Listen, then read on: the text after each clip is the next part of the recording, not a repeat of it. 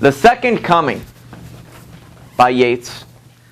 As you saw or read in the building background information, he's writing this underneath the theory and notion that every civilization needs to be refreshed. Every 2,000 years, it's refreshed. Okay?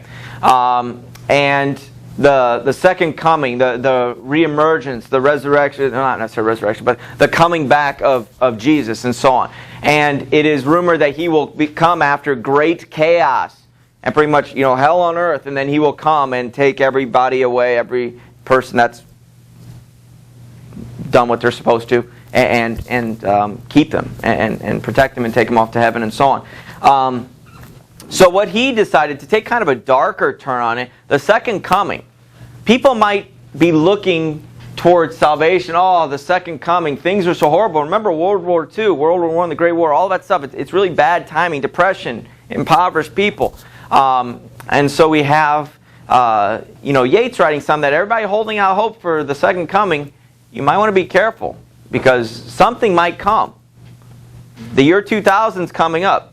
The Jesus birth right around year zero. That was kind of a refreshing of culture, and that's really kind of dominated the last 2,000 years. So coming up close to 2000, maybe the second coming is coming. Maybe there's going to be a reshuffling of the deck, refreshing of the browser that changes what the next civilization, the next culture, the next world is going to be like. But it might not be that salvation you hope for. And that's where the darkness plays out. The Second Coming by William Butler Yeats.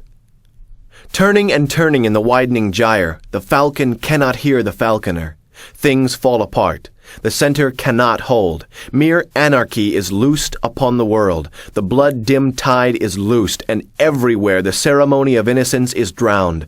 The best lack all conviction, while the worst are full of passionate intensity. Surely some revelation is at hand. Surely the second coming is at hand. The second coming. Hardly are those words out when a vast image out of Spiritus Mundi troubles my sight. Somewhere in sands of the desert, a shape with lion body and the head of a man, a gaze blank and pitiless as the sun, is moving its slow thighs, while all about it reel shadows of the indignant desert birds.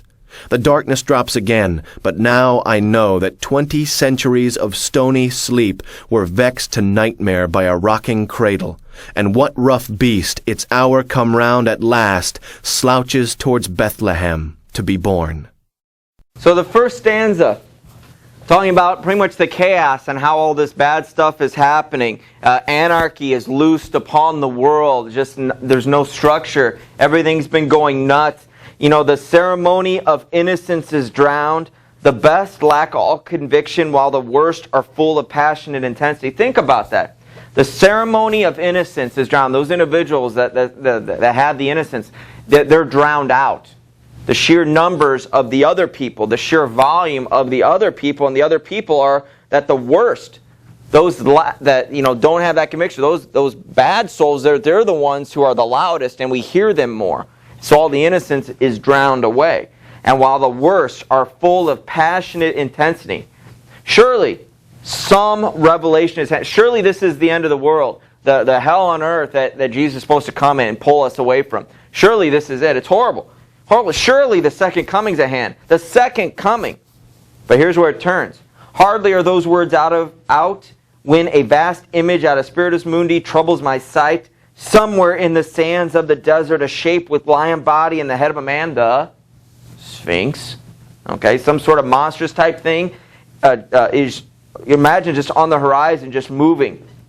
A gaze, blank and pitiless as the sun, is moving its slow thighs, while all about it reel shadows of the indignant desert birds just kind of circling overhead. Remember we talked in the past, circling birds overhead, is that usually a good sign? Not necessarily. It means something's probably dying or death is coming near soon. So the darkness drops again and all of these things, this vision comes to mind. And as that beast, that rough beast, its hour come round at last, slouches toward Bethlehem to be born. So there might be a refreshing. As I said, there might be a reshuffling of the deck. But this vision came to me that this monstrous beast, the pitiless eyes, Kind of like the sun. If you're dying of heat stroke in the desert, is the sun going to go, oh, my bad, I will be less intense? No, it doesn't have pity on you. It's going to keep being its sun, okay, and fry you and kill you. And so here we have the pitiless eyes like the sun. So this thing is just moving, and it's not like being gracious towards people. It's not looking for, to take people and protect them. It's just a stare, a focus, heading towards Bethlehem. So some new Savior could be born. Something could be coming. But based on what little we see there, do we think that infant, baby, whatever might come is going to be a positive thing? No. And it's not necessarily be careful what you wish for. But listen, Jesus is supposed to come and save them, is what he's saying. When it's hell on earth. It's horrible. The society stinks. The war stinks. Everything's horrible. The anarchy is great. Horrible. It's horrible. But you don't know what's considered bad by their standards. They could be sitting up there and looking down. That's not bad yet. I'm not coming down yet. I'm only going to come back once. I'm going to make sure it's good.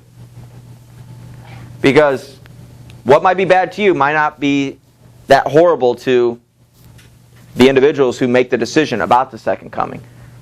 So yes, there could be, that theory could still play true, that the civilization is going to be reshuffled, the deck is going to be reshuffled, everything's going to be changed, but it might not be what you expect it to be. So don't stop living, don't stop contributing, don't go, okay, I'm just going to wait until they come and let everything deteriorate further. Do something about it. Okay? Do something about it.